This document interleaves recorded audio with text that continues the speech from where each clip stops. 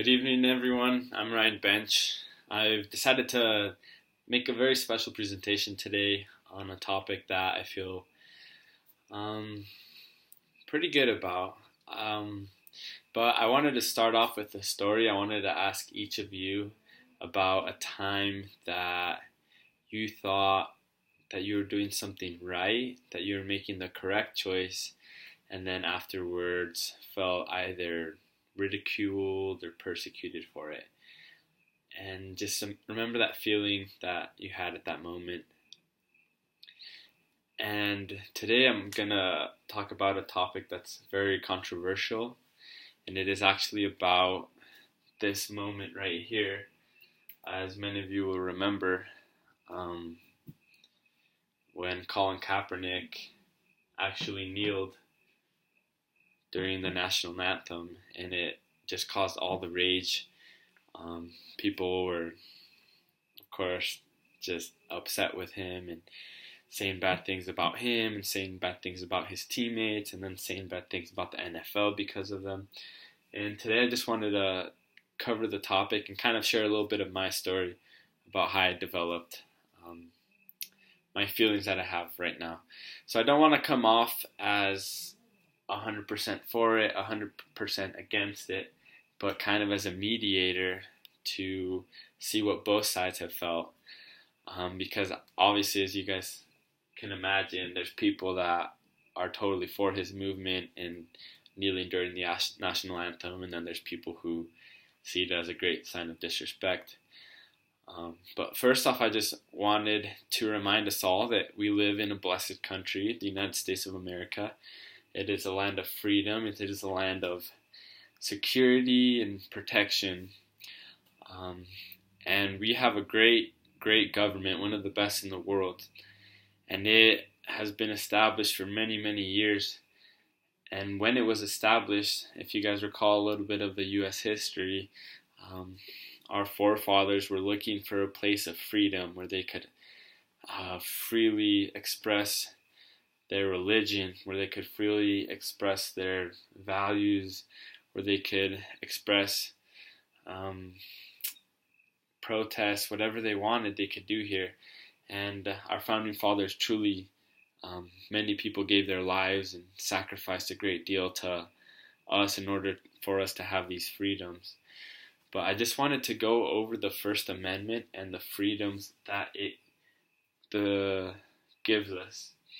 So the first freedom that was listed in the First Amendment is freedom of religion.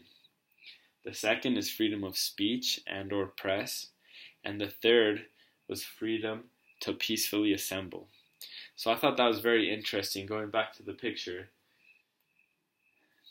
look how peaceful that looks. They're kneeling, they're showing a sign of respect, of humility. They're kneeling for people who have fallen, for people who have died, who they think have died unjustly.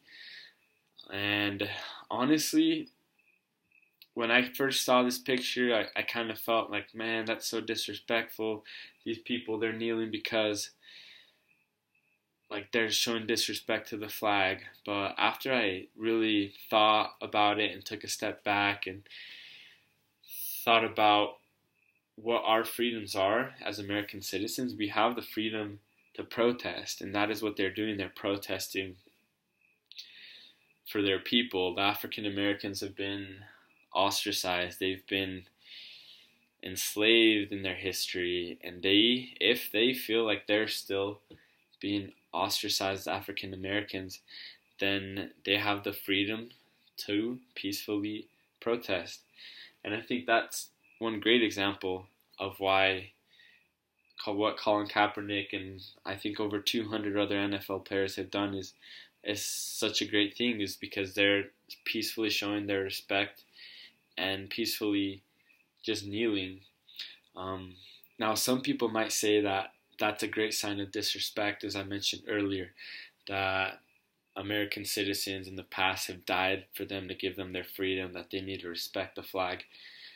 And of course they do respect it. I'm sure they're glad to live in America. But just because they feel that they haven't been justified, that they kneel. I don't feel like that's such a big issue, like that's such a bad thing that for them to kneel. They are honestly just trying to get their point across. And these are very influential people. They're great big names. And if they're trying to stand up and spread the word for something that's happening in a small town across America that hardly anyone's heard about, I think that shows a great deal of character coming from these people.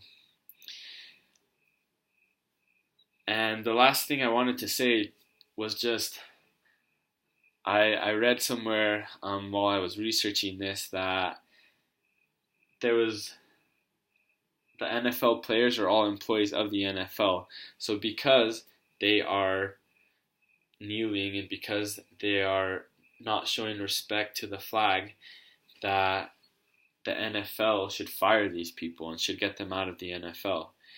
And when I stopped to think about that, I remembered of a story, I think it was back in 2012, of this young lady who was making an obscene gesture at a cemetery for veterans. And it said, "Quiet, please." And she was making the voice of yelling and then giving everyone the bird. And for that, she got fired from her job. And I understand why that would happen, because it gave that company a bad image. But you have to understand that the NFL has a wide variety of different people, a wide variety of backgrounds, ethnicities, cultures, races that they need to take into account. So if they're firing people left and right for starting to protest peacefully, I'm not sure how far in the future they'd get.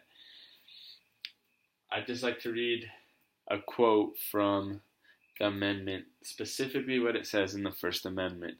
It says, "Congress shall make no law respecting an establishment of religion or prohibiting the free exercise thereof, or abridging the freedom of speech or of the press, or the right of people to peacefully assemble, and to petition the government for a redress of grievances."